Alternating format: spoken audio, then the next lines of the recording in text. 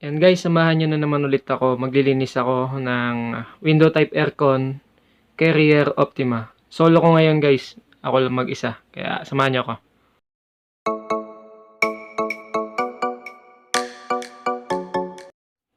Paglilinis ng filter nito guys, tanggalin nyo lang yung dalawang screw magkabilaan. Tag-isa lang yon.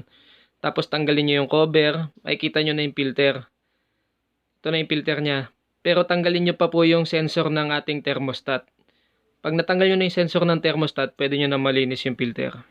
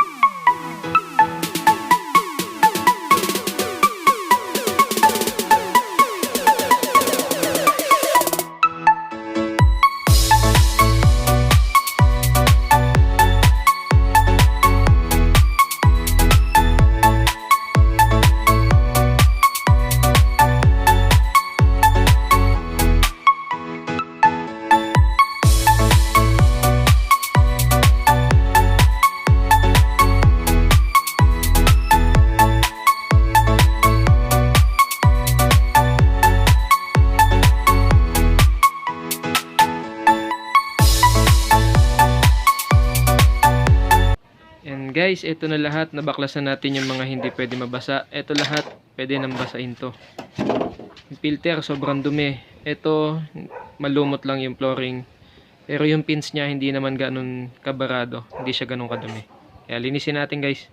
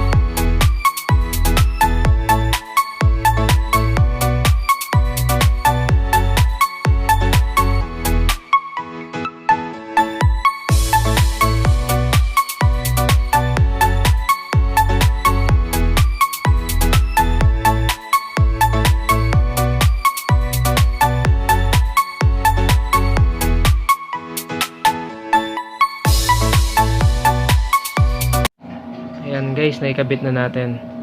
Tapos na natin linisin. Testing na lang natin kung ilan yung temperature.